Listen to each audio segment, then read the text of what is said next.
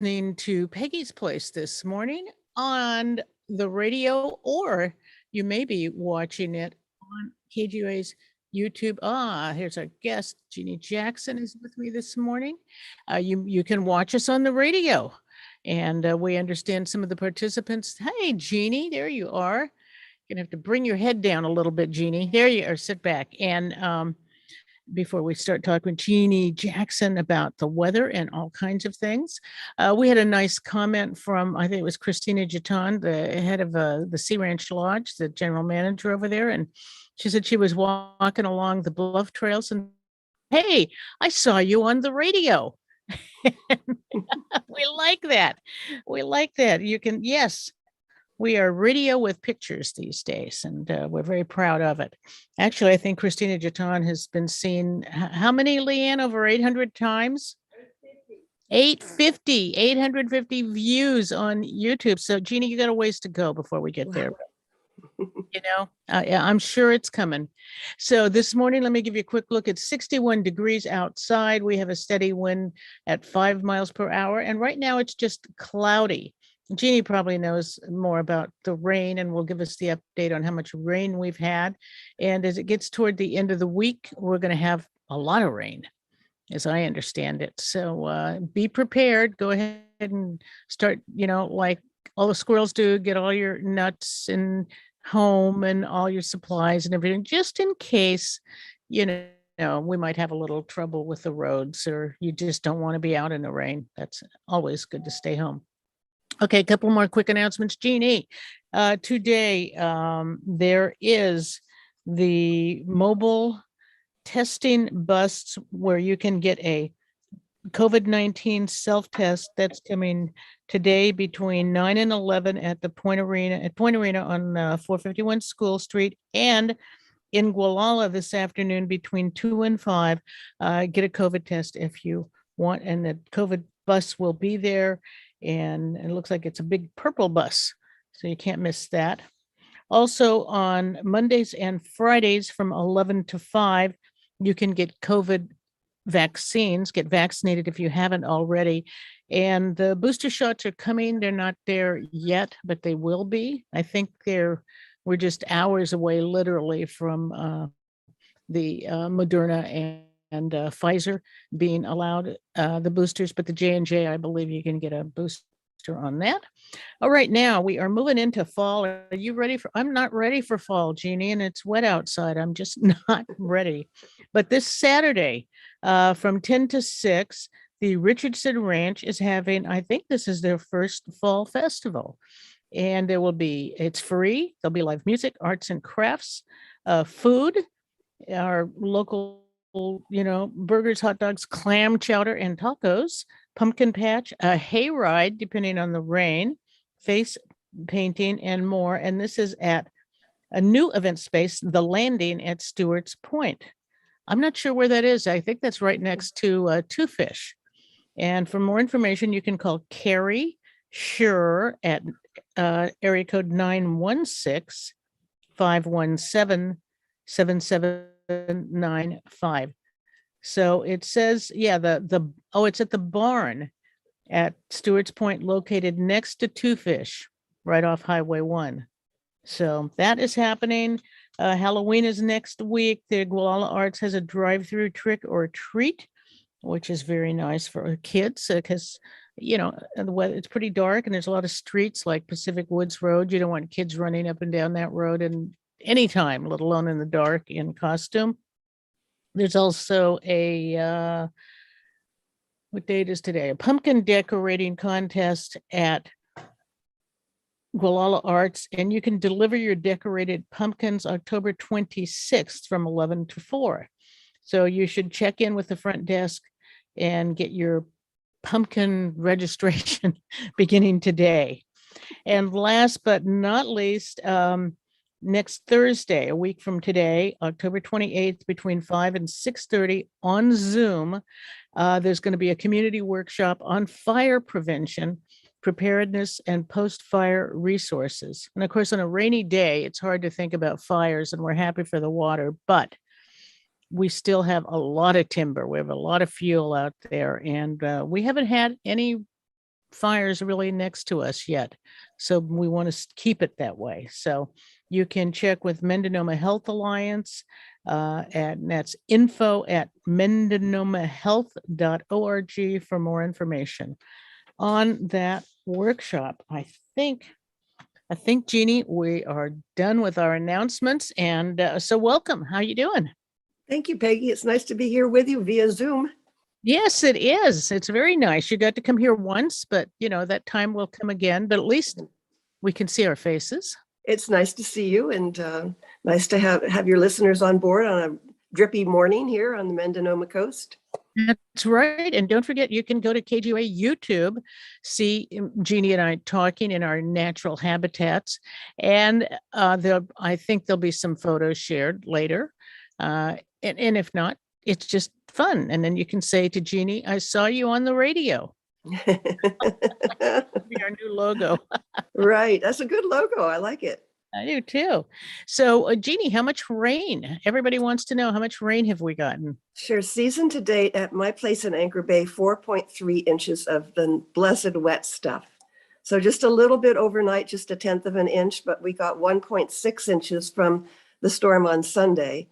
So it's really, really nice. It's going to help jumpstart our creeks and rivers that are just in such sad shape. So to have October rain is just a wonderful autumnal blessing that we rarely get during these days of climate change. So I've been envisioning Mother Nature turning the spigots on. And every morning when I go outside in my little trees and to ask her to bring us rain, to put the fires out. And no one's talking about the fires in other parts of the state and in Oregon and so on. So we have to take this as the blessing that it is and be grateful. Well said. Well said and well put. And yes, we are enjoying the rain. It's here. And is this earlier than it's been in several years? Yes. I don't think we had any rain last year in October and very little rain in November. So last year's mushroom season was pretty much of a bust. And this year it started quite early. It's just such a wonderful time of year. I'd like to wish you happy autumn, Peggy, you and Susan, and to all your viewers and listeners. I love autumn. I really do. And it used to be that we could enjoy it. And then lately we've had to view autumn as fire season rather than the beautiful autumn that it is. But what happens is the ocean tells us of things happening to the north. And I love paying attention to what the ocean is saying.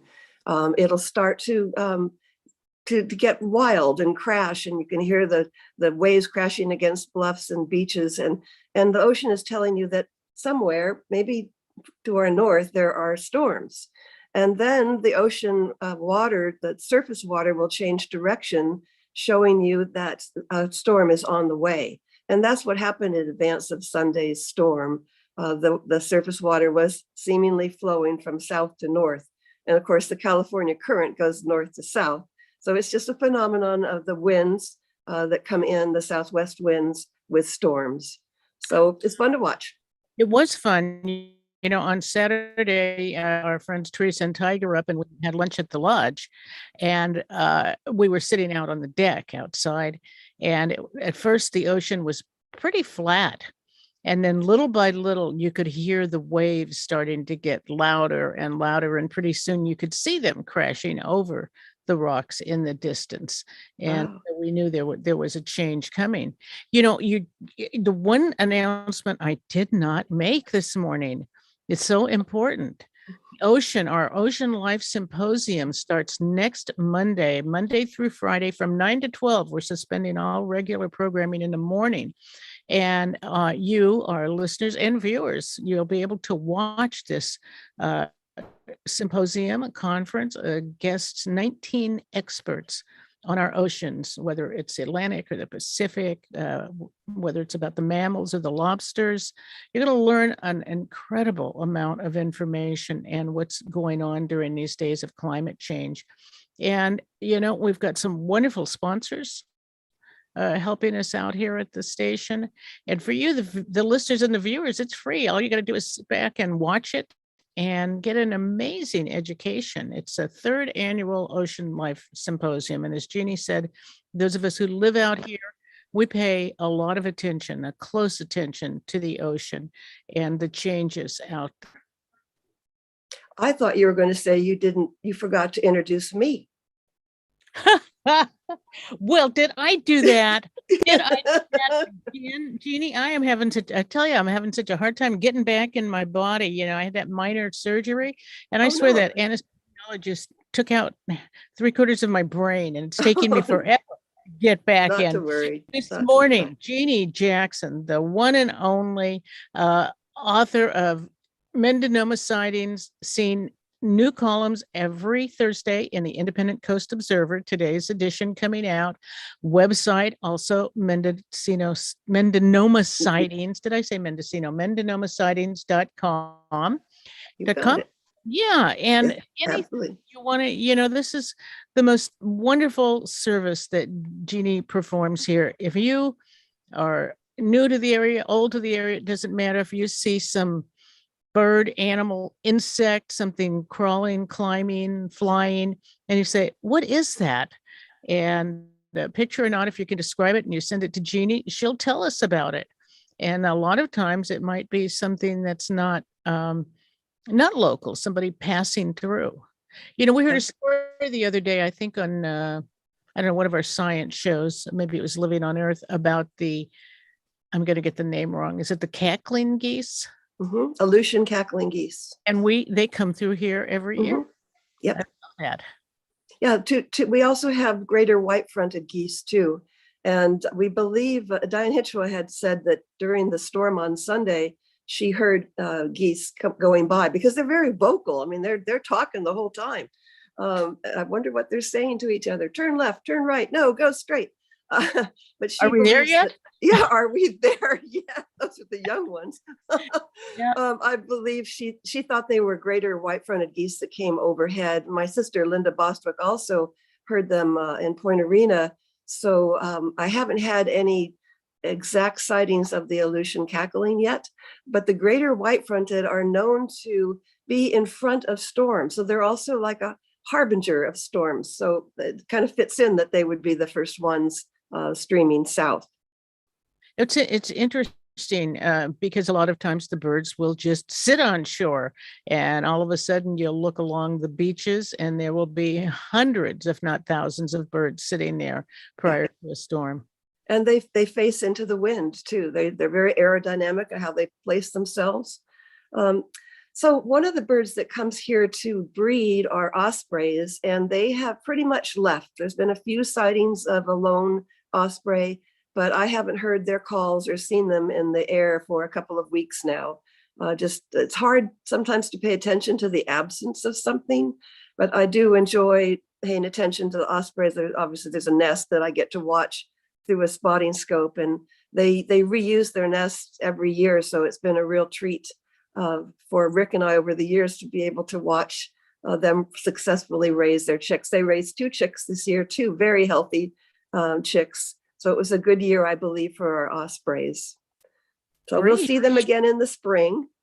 Now I have a photo, if it came through, for Leanne, which I labeled A, which is Amy Rook's photo of a king bolete. I believe it was the first one seen, first one found.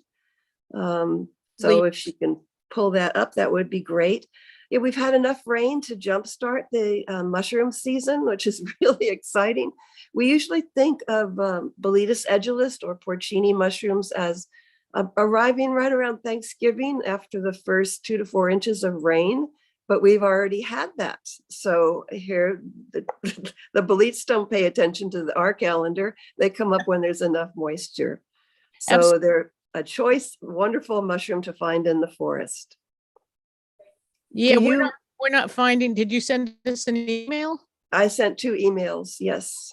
To KGUA or to our? Yeah, to Leanne's email address, the KGUA media. So other mushrooms that are up while you're looking for that in my forest are Cocora, which is the edible Amanita. And they unfortunately have a deadly look-alike, so I don't recommend that anyone eat these mushrooms unless they've thoroughly educated themselves on it. In fact, when Rick and I moved here, Rick wanted us to make a pledge that we wouldn't eat a mushroom with a deadly lookalike. We hadn't ever foraged for mushrooms before, and I thought that was a very reasonable pledge to make. And so the cocoras are a white-gilled mushroom. The amanitas that are deadly, the death angel, and there's a second one. They also are white-gilled. They all have what's called a vulva, which is they come up with a film, a white film over them. The cocoras do too. And as they grow, that film breaks and it forms a cup on the bottom and it forms a little lid on the top. And so that's something that's rather unique to the Amanita family, and it's very beautiful to watch. The fly Amanita, the one that a lot of people notice because it's red with white spots, well, those white spots are that film that has broken into little pieces on the top as the mushroom grows. Oh, so it's quite an evolving process, the way that a lot of the mushrooms come up. So I do enjoy it. Now the cocoras, they just melt in the rain. So I checked, there were 25 down along a path I walked, and I counted them, 25, and half of them were gone, they were eaten. So there are creatures in the forest that enjoy them, and the others had just faded, and some of them melted with the rain. So they'll be gone with this rain. The porcinis are much more sturdy and will last through the rains. So I'm sure we'll be seeing a lot of them coming up. My sister again found a beautiful one up in Point Arena, a big one. So they're coming. This could be a good weekend before the next big rain on Sunday. I'm sorry, but Leanne. That's all right. Come on in, Leanne, and just. Whoa, we have a little house moving going on there. Hi, Leanne. You can share your screen. Do you know how to share your screen, Jeannie? I don't. Let's see. Share content? Do I press share content? Okay, at the bottom of your Zoom screen, you'll see share, a share link. But I see share content and it says screen photos. share screen. Do you see that? Yes. Okay, and then click share. There you go. I think you're going to, no, you turned your video off. It's still here. So if you'll click share screen and then another time click share, there you go. You got it. I do. I'm just seeing a white screen, so I'll trust you. Okay. Why don't you stop share because you may not have shared correctly. Okay. So we should have practiced, Leanne. I'm sorry. We just didn't have time. When we don't have the Ocean Life Symposium coming up. Well, Exactly. Advantage of you for a second since you're here. How do you spell the name of that white amanita that's edible? Started with a Cocora. It's Coccora. It's either two C's or two R's. Now I'm not remembering correctly. Do I have it typed down here? Cocora. Cocora. Oh, Cocora. But what I sent you was the picture of the bolete by Amy Rugg. And I also sent you a photo of oyster mushrooms by Joel Chabin with a banana slug snacking on them. They were just up. So the oyster mushrooms, which are also edible, they grow on downed hardwood. So if you see a tan oak limb down in the forest, that's a perfect nursery for these mushrooms. And that's what Joel found. But he said a banana slug got there first, and he decided the slug probably needed the mushrooms more than he did. So he let the slug have the mushrooms. All right. Well, you're going to have to look it up on your own. And it is an interesting looking mushroom with that white topping you're talking about. So it's funny because Marita Watley, she sent me a photo of a mushroom, and not that it was a cocora, but her partner Richie Wasserman said, you need to find out from somebody if this is really edible. And Marita thought it was, and she used her iNaturalist app to identify it, and it identified it as one of the boletes. I took a look at it and I knew instantly it was not in the bolete family. It had white gills, and that's one that could be a bad mushroom. So the point is, you cannot trust the iNaturalist or other apps to identify mushrooms. You're going to have to do it the hard way and learn and listen and talk to experts and get David Aurora's identifying books and do what I did when I moved here. I took it slow and I learned everything I could about the first one I ate, which was the Boletus edulis. I foraged for one. I took it to somebody who was an expert to have them double check, make sure I had it correct. And then the first time I ate it, I was up all night worrying. Well, yeah. All right. Thank you, Leanne. So, it is true. My family used to forage for wild onions back in Oklahoma. And then when we first moved here, we would go up into the Sierras and look for wild onions, and they knew what they were looking for. But again, like so many other wild foods, there is a copycat that is poisonous. So they, of course, they knew the difference. And then anyways, it turned out that the wild onions up here in California were little bitty tiny ones. So it wasn't worth foraging for. Oh, interesting. It's a big deal back home in Oklahoma, wild onion season. Everybody they're big and people scramble them with eggs, and it's a big deal. Awesome. Yeah. That's great. I love foraging, and I love learning about some of our like the miner's lettuce that we have that comes up here. We might see some soon with all this rain that's edible and choice when young. And it's fun to learn about. And it's a really great thing, I think, for families to do, because children just love foraging for mushrooms and other food. And they just are so excited to learn about it. And we do have some mushrooms that don't have a deadly look-alike. And so I always tell people to start with them. I mean, the hedgehog mushroom, one of my favorites, not up yet, but maybe soon. It has, instead of gills or a sponge, boletes have a sponge instead of gills. The hedgehogs have little spikes that hang down, and there's no bad look-alike. In the boletes, there's one bad bolete, and it's a red one. So as long as you stay away from a red bolete, you should be fine. Make sure it has a sponge. You take that sponge and either throw it away, put it back in the forest, or some people will make a soup out of it. But anyway, we're lucky to live in an area where there are abundant wild mushrooms. And with the drought that we had last year, it was just put a stop to hardly any mushrooms came up last year. Mm. So this is so exciting to see them popping up in abundance. It just feels right. Just feels right. You're listening to Jeanne Jackson of Mendonoma Sightings here on Peggy's Place on KGUA this morning, or you're watching her. I'm sorry we didn't get to those photos to share with you, but you can go to Mendonoma Sightings, and you can open up the Independent Coast Observer that comes out today and see who's got photos of what that got published this week. And if you subscribe to it online, of course, you can see the photos in great detail. So that's always fun. Well, it is interesting, Jeanne, how nature does color things that are dangerous with giving them a warning color. Mm-hmm. Or you think about the poisonous frogs, how interesting they are to look at, but they're clearly saying, don't touch me. Mm-hmm. Yep. Lizards have colored underbellies, and skinks, again, it's a warning. Mm-hmm. Don't mess with me. So survival tactics. That's right. Mother Nature gives each critter something to help them get by. Some of them are false eye spots, like on butterflies. So a predator will go for the tail wing with the eye spot, and the butterfly can survive. So it's quite amazing that the more that we learn, the more we're amazed by the intricacy of nature.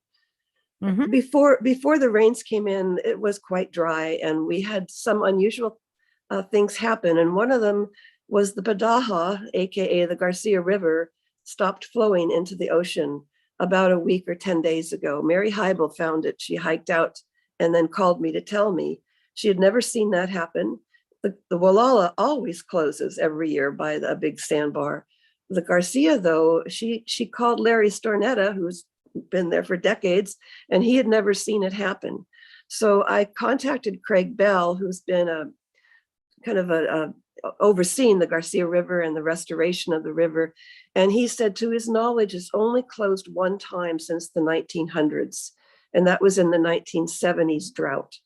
he said that the Padaha actually has underground caverns caused by the San Andreas earthquake fault. And these caverns are full of water and they keep the flow going.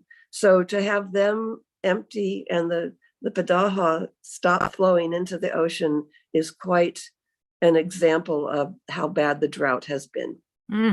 I talked with Steve Cardamona, a geologist who teaches at in Mendocino last week, about the aquifers that we have many around here, and earthquakes and what causes a lot of them. And it is what we're seeing is so unusual. I mean, it hasn't happened in a long time in so many areas, and yet suddenly we're getting some rain. So that's so important.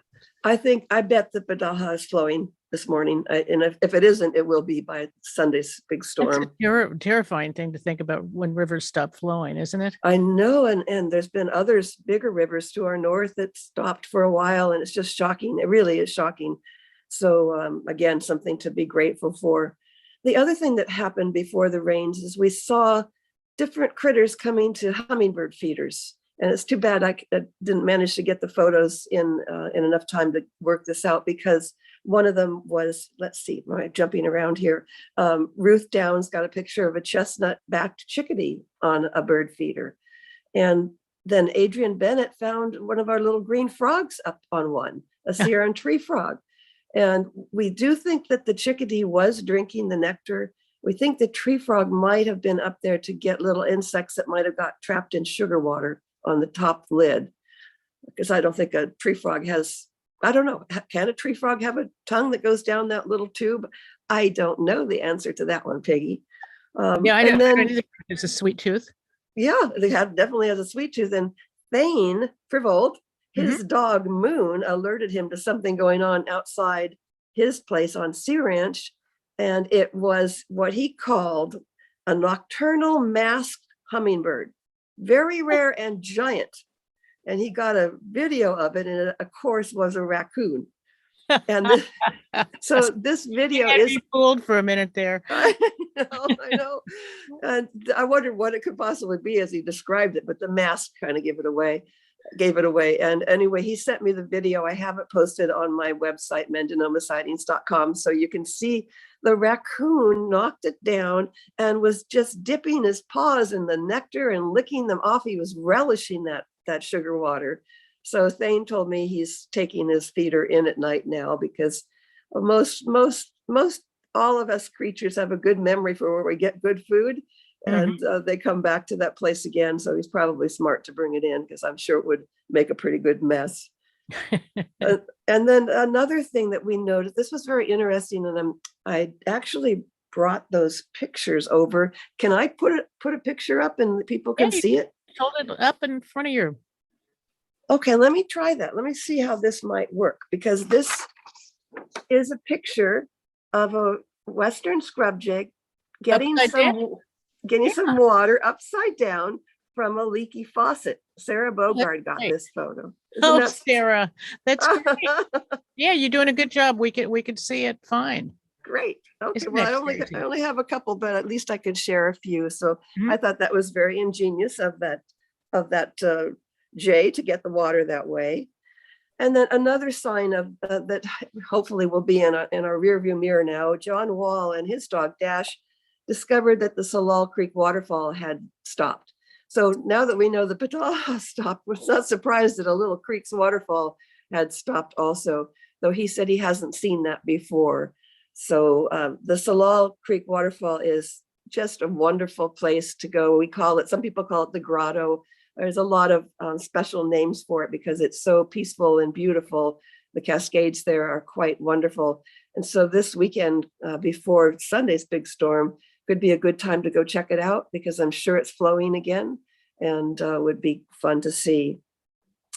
And I just hope we continue to have this early wet autumn and a nice wet winter and even a wet early spring. And the Biotic group went on a survey of Salah Creek, I guess it was last month, and Chris Peckle found, and I do have a photo of that, one of the endangered California red-legged frogs. Okay, you need to And- pull it back a little and to your right. Yeah, there you go. Up a little higher. Up. There you go. Beautiful. Thank Isn't you, it, Jeanne. Wow. isn't it gorgeous? It is Yeah. gorgeous. So it's half submerged in Salah Creek. I mean, Salah Creek isn't totally dry. Obviously, there's water in it. Oh, And wow. this red frog is federally listed on the endangered species list, and we know that it lives in the tributaries of the Guala River. So beautiful photo by Chris. Thank you. Thank you. And, so the viewers on YouTube, or you can see this later on YouTube, can see that frog. And I love that it was submerged in the water. Uh-oh, water. Jeannie needs water. Water. We talked about this last month, but the brown pelicans have just been a phenomenon this year. And they, for whatever reason, they had one of their most successful years of producing young that they've had in people's memories. And so that means that there was enough food down in Southern California where they breed. And we get to see the spectacle of them dispersing after the breeding season. And I had to go into town, into Santa Rosa, and I stopped at Jenner and I walked out on the boat ramp, and there was a lone single young brown pelican, and he or she was plunge diving into the river. It just was so fun to watch it. They dive with beak first, and they have a long beak. And one of the pictures that I had sent in to try to get on to show you, and again, I have this posted on my website. Paul Brewer caught a really fun series of a brown pelican who had plunge dived and filled up his pouch or her pouch with water and fish. And as the brown pelican was draining the water out of the pouch, one of the anchovies got away and is flying through the air to safety. Just really fun to see. That's a photo? Yeah. Wow. Nice. So the fish that got away is really, really fun. All right. And that's on Jeannie's webpage. That is posted also. That's posted also. So I've been told by fishermen that the ocean is full of anchovies and another fish called jack smelt. I wasn't familiar with that, a medium-sized fish, but there's a lot of it in the ocean. So obviously the food chain in the ocean is working well. Our kelp forests are doing well.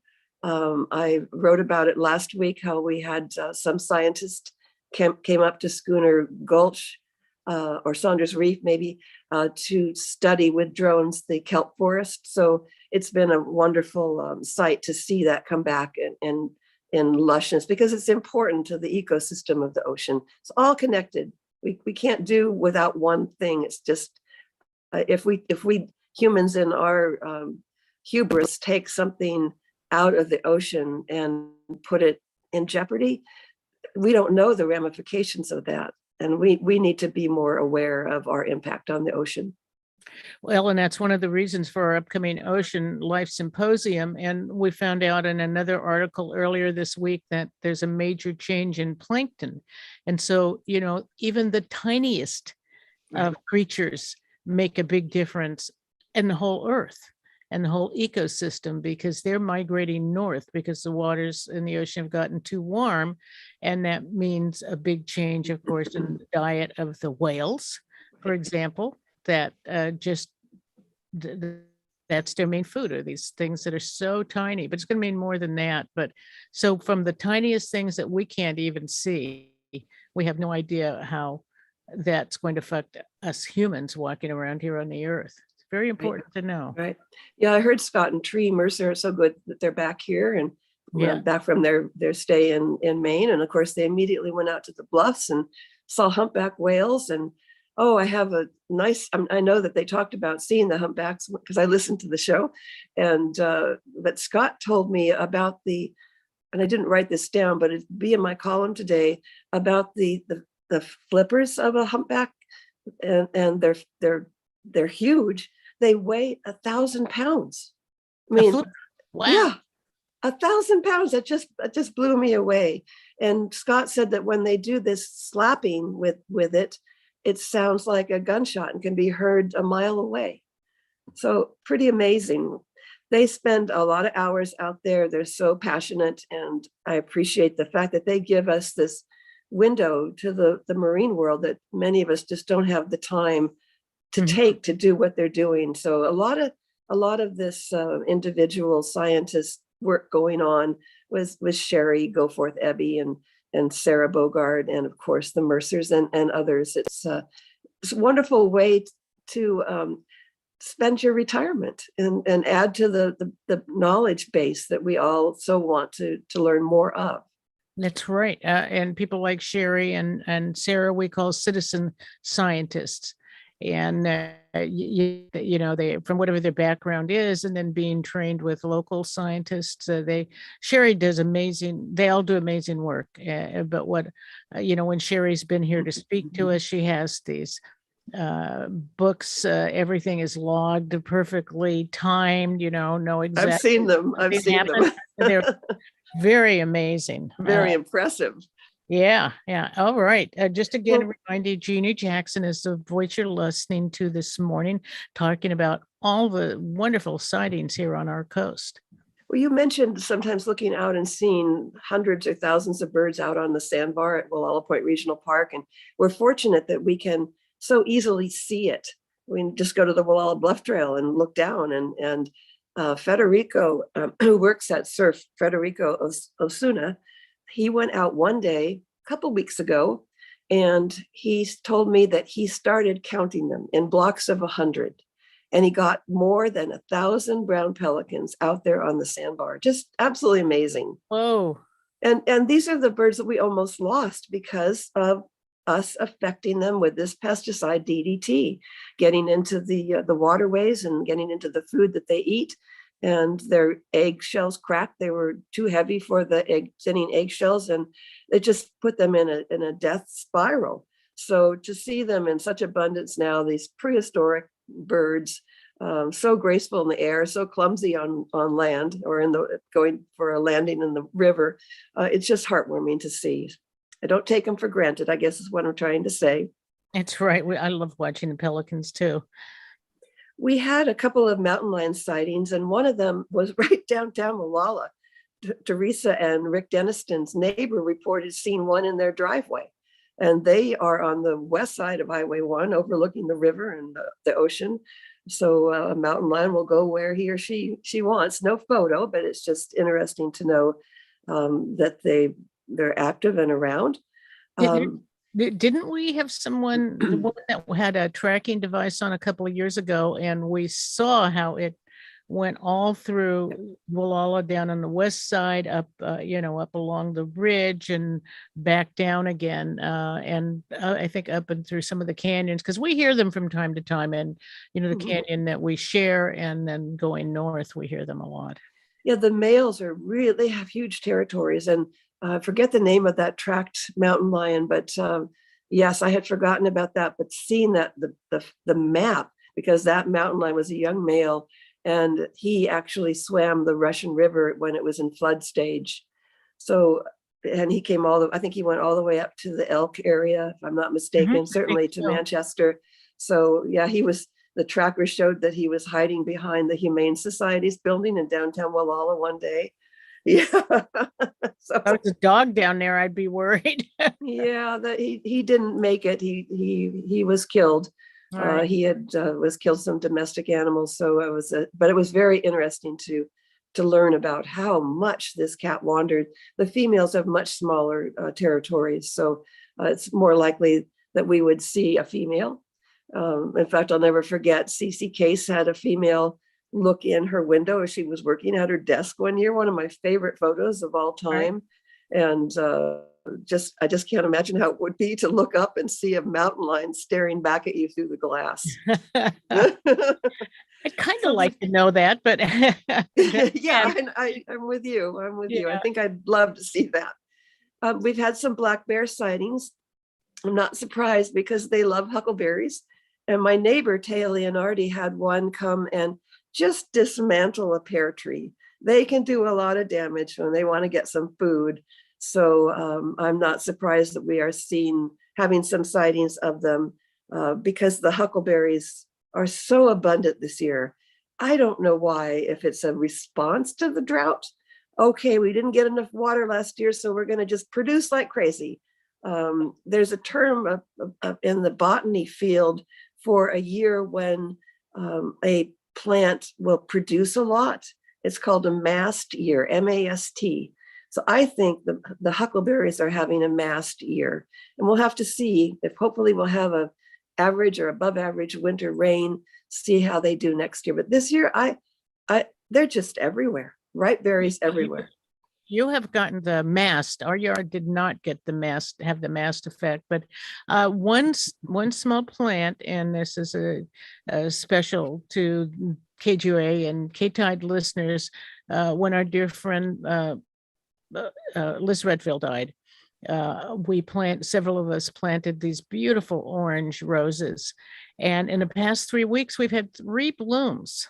And there's a rose right in front of our house. And I wanted to say that on the air to the listeners, and I need to write to her mother. But, we get maybe 1 a year, maybe 2 a year, but all of a sudden we've gotten 3, which is nice. That's great. I miss Liz too. She was a wonderful gal. Yes, she was. So I think about the huckleberries, you have a lot of shade on your property, and huckleberries need more sun than I think you have. So when I say huckleberries are abundant, I have plenty of plants with no huckleberries. They're just in too much shade. So that could be it. I did get a beautiful photo of the Milky Way by Kathleen. Oh, if I can say her last name, Elbasani, a beautiful name. And it's so fun to see the pictures of it. And I really credit the coast's lack of light pollution, and something I don't want us to take for granted. We don't have overhead lights, and we don't have tall buildings with the lights left on at night. So that makes star watching a real pleasure. We've had a lot of monarch, not a lot, but we've had quite a few monarch butterfly sightings this autumn. Last year we had, 1 or 2. So we were really concerned and wondering what this would bring, especially with the drought. But we're seeing some. Paul Brewer is in Guala is seeing a couple of monarchs at his garden, and every day. Grace O'Malley in Timber Cove has been seeing several, as has Susie Rudy and Tamara Lefevre. Tamara Lefevre had 8, I believe she counted, on a bottle brush one late afternoon. So that's encouraging. Their numbers are way down. This butterfly crashed. We're worried that we might lose it. And one of the biggest concerns that really is their territory, where they want to be overwintering, and also pesticides are a big problem for these butterflies. So Suzanne Brown also, she saw them up in Plantation, on Cruz Road. She found 3 in her garden. These monarchs are the ones we call the Methuselah generation, because they're the long-lived migrating butterfly. And so they come from inland where they breed, and they come to the coast for nectar plants to get food for their long migrations. Some of them migrate all the way to Mexico. Can you imagine this fragile creature that has to go through the weather that life will bring it? And it goes all the way down to Mexico, some of them. So it's been nice to have some sightings. And I was told Mia Monroe is one who follows their numbers, and I report to her when I get reports from others. And I've been asked to ask other people to report them on iNaturalist. And I went to report a friend's sighting of one north of me. And I went on the site and I put in the search box monarch butterfly, and it said nothing. I had to just put monarch. And I thought that's quite a glitch. And I wanted to tell people, if you're going to report on iNaturalist, just put in monarch, and that will get you to the monarch butterfly. I know I should follow up with iNaturalist and say, come on already. But when Grace had sent in a picture, she had told me, I saw 2 males and 3 females. And I thought, how can she tell monarch butterflies apart? So I learned that the male monarchs have 2 black dots on their hind wings, 1 on each hind wing, and the female lacks them. And the female has thicker black veins in her wings, so she'll appear darker. than the male. The male has thinner veins. So those are the two ways that you can tell a male from a female. Wow, people have amazing eyes and ability to They do. memories to remember that. I have a quick question. I don't know that you know the answer to this, but in terms of their migrating, when we think of butterflies, we see them at pretty low levels. Do they ever get caught up in the currents, do we know, that help carry them long miles, or do they I would say intuitively they would use the currents. Obviously birds do, and we see the brown pelicans just using currents right off of the bluff. So I'm sure that they like walking to right. Mexico or wherever. Yeah. Yeah, you want the wind at your back, right? Right. Yeah. Okay. So I don't know for sure, but I would hazard a guess that they do use it. Even airplanes, they get better mileage when they're going with the wind rather than against it. So I'm sure our animals know that. Interesting report on the Guala River, because it dewatered in places also, and it's not a pretty sight, because then we have things die. If there's no water, the creatures that live in the river are going to die. And he went to the river on the Wheatfield Fork in late September, late last month, and he only found a few pools, and in the pools were a type of fish called the stickleback. And he said some of the pools were just really crowded with them. But he said the riverbed smelled bad. And it was from the die-off of the fish and larvae. But he had good news from some of the more traditional coho and steelhead spawning creeks, and that would be Fuller Creek, and to a lesser extent, Buckeye Creek. They were doing much better. They had water, and there he found a lot of steelhead in Fuller and some in Buckeye. So with the rain, this is all going to be in the past. And I'm wondering, are we going to have a super early opening of the Guala River this year? Because with that storm coming in Sunday into Monday, after the one, we have another storm coming in today, but the Sunday, Monday is going to be a river of rain event. It could be many inches. It's possible we could have a really early opening of the Guala River. All right, Jeannie. Well, you will pay attention to that and see what happens together. Yeah. So this is I'm sorry, I have to ask you another follow-up question now on the river, because it has been looking so awful. Now, what was the reason for it looking so awful? Well, you were seeing, if you're talking about the mouth of the river, you were actually seeing a type of grass or algae that is normally always in the river. We just don't get to see it. And it's called widgeon grass. So we did not have a toxic algae bloom in the Guala River. Yay. Yay, that's good. So people that their dogs were drinking in it, they were okay. The Russian River, oftentimes in the late summer, early fall, does get a toxic bloom. And that's a lot of times from pesticides not pesticides, fertilizer that washes into the river. It's also, it takes warmth, and we normally don't have that much warmth in the river here. So what we were seeing was this widgeon grass, and I had never seen it before either. And I'm sure it's submerged again now, but it's an important plant in the ecosystem of the river, and fish feed on it, invertebrates live in it. So that's what we were seeing, something that we don't normally get to see. So it wasn't really unhealthy. That's really good news, because it just looked so unhealthy. I know it just got the ducks that were in there. Yeah. But it was, if it was unhealthy, I guess. It was just exactly. That's another good point. If there's wildlife using it, they probably know better than we do. So yeah, it was not as bad as it looked, and I'm pretty sure that's going to be a thing of the past. I'm hope to get out and go take a look at the river either today or tomorrow and report back with good news. Good, thank you. This is the mating season of the black-tailed deer, the rut. So the admonition is to slow down, because the bucks are chasing the does, and they don't always want to get caught. And so they're not paying attention to cars driving by. And I actually saw some deep hoof prints in a trail I walked yesterday.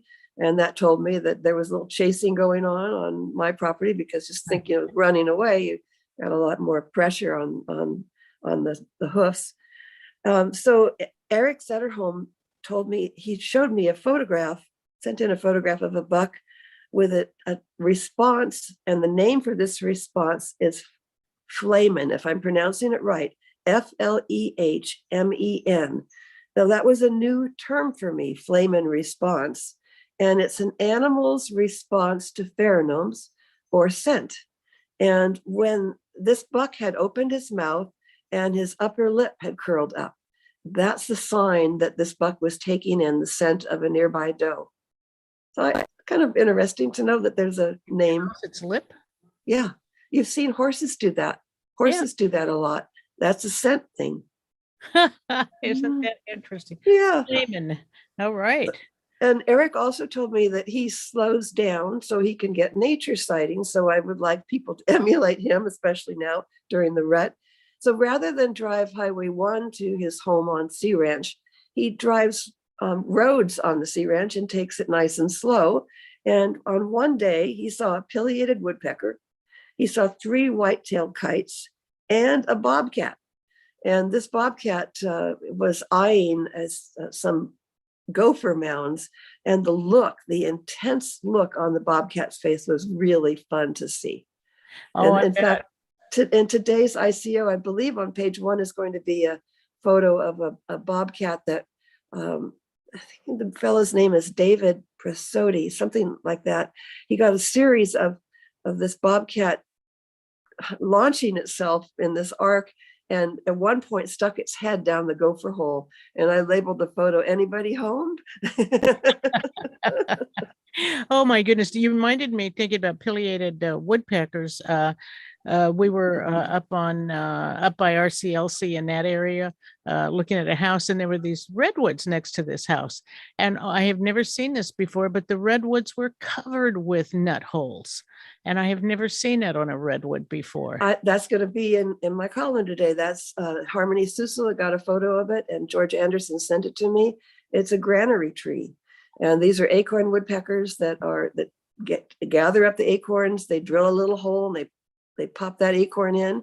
And while they do eat acorns, I've also learned that the acorns are actually a tool. As they age, insects come to eat on them. And so the acorn woodpeckers then have this nice smorgasbord of insects and acorns to eat.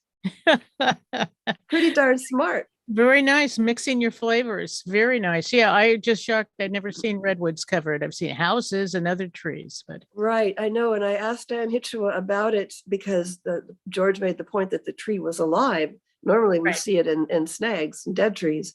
And she said that the bark of a redwood is elastic enough that it can handle this and still live. But you're right, it's pretty unusual to see. So I'm happy to feature that in today's ICO. Great. So this is the time of year you'll also see praying mantises, because this is when they mate. And Alan Hogel went to grab his hammer, and there on the end of the hammer was a praying mantis perched. You just don't often see them on a hammer handle. So they mate in autumn, and Jinx McComb's got a beautiful one up near Point Arena. And Jerry Rudy also got one down in Timber Cove. I didn't have room for it this week, but I'll put it in next week. So I love seeing them, and they're the kind of harbingers of autumn. And another harbinger of autumn are dragonflies that we see now are mating also. Roseanne Raposo got just one of the most incredible photos. You can see it on my website of 2 variegated meadowlarks. I sent the photo to Kathy Biggs. She wrote the book, Common Dragonflies of California, and is very gracious with sharing her knowledge with me, one of my many wonderful experts. Roseanne and I thought the dragonflies were mating, but Kathy said they had already mated and the male was guarding her. It's called ovipositing, let me pronounce this again, ovipositing, ovipositing. Another new word for me, Peggy. They fly in tandem so that another male can't grab the female and remove the male's sperm. So he's like, he's guarding her from other males. And so they're flying in tandem, and Roseanne's photo shows them reflected in the river. And then the female dipped down and deposited the fertilized eggs on a blade of aquatic grass. Just wonderful. My goodness, how amazing to watch all of that. And that they protect them so that their progeny will live. Exactly right. Exactly right. Wow. Anyway, You know, but Scott and Tree, oh, I hate to say this, take up too much time, but Scott and Tree told me that when whales mate, it's like 2 seconds. It's just 2 like seconds. they just slap together and go, and that's it. Wow. I know, isn't that weird? Yes. Okay, you got 3 minutes. I'm sorry. Gloria Wood had a fun visitor to her laundry room, a juvenile rubber boa snake. These are those gray snakes that are very docile and non-venomous. Her cat had tried to pounce on it, and the poor little snake was cowering under a pad that Gloria puts underneath her litter box. And Gloria knew that the snakes were gentle, and so she scooped it up in a pot and took it back outside. And she wondered why the snake had come into the house, but she said the little snake wasn't talking. So. Chip Wright wrote me asking about the various bats that we have here. He lives on Iverson, close to the water, he said, and he and his partner put up a bat house, and they got bats to go and move in there. And so he wondered what kind of bats we have here. And so the most common bats we have, there are 3 of them. California myotis, if I'm pronouncing it right, the big brown bat, and the little brown myotis. Myotis means mouse-eared bats, those cute little mouse-eared ones. I've had one under a umbrella that had been closed up on a table, one of those sunbrellas. And when I opened it once, there was that little mouse-eared bat in there, and he flew off in the daylight hours. So it's fun to see our native bats. They do a good. See them at dusk a lot. Yeah, they do a good job eating insects and keeping the insect population down. So I know we're running out of time, aren't we? So what should I tell you? A rare bird was found by Karen Wilkinson, a clay-colored sparrow. And the next day she found a second one. She found 2 together. And these sparrows breed in the northern Great Plains and overwinter in Texas and Mexico. So what the heck? They were way off course. Way off. So rarely 1 or 2 will fly all the way to the Mendonoma coast to enjoy the sounds of the ocean, crashing waves, and the brown pelicans going by. Well, who knows? Maybe we'll see more. Maybe. Another rare bird was seen by Bob Rudemuller at Manchester Beach, a long-billed curlew. And they definitely have long, thin bills and quite an unusual bird to see. So it was nice that he got a photo and that we could prove that this bird was here. Sarah told me that, again, Bogard told me that western meadowlarks are back. She saw 13 at the lighthouse, Point Arena, and Mike Reinhardt photographed black turnstones. So we're seeing birds that overwinter here. Ferruginous hawks have been seen. These birds come from elsewhere and they overwinter here. And it's fun to see them. The turnstones actually turn over stones and pieces of kelp on the beach to find flies and fish eggs. And all tasty treats if you're a black turnstone. Not for you, huh? Not for me. No, we'll spend hours chasing a fly out of the house. We don't want to necessarily kill it, but don't want it in the house. I agree. There's a Bent and Nancy Lundberg had a tomato thief in their Sea Ranch garden. Turned out to be a yellow-faced chipmunk that they named Alvin. Remember Alvin? Alvin and the Chipmunks? Oh, it made me laugh when they told me they named it Alvin. And I wrote them back that chipmunks also like my tomatoes, but they eat half of a tomato and leave the other half, taunting me. There you go. Jeannie, we are well out of time. We're over time. Thank you so much. Jeannie Jackson, Mendonoma Sightings, and today's ICO, MendonOmaSightings.org. MendonOmaSightings.com on the internet. We have to leave to Albuquerque. So great to see you, Jeannie. Great to see you, Peggy. All right. Happy autumn. Happy autumn. Bye-bye. All right, folks.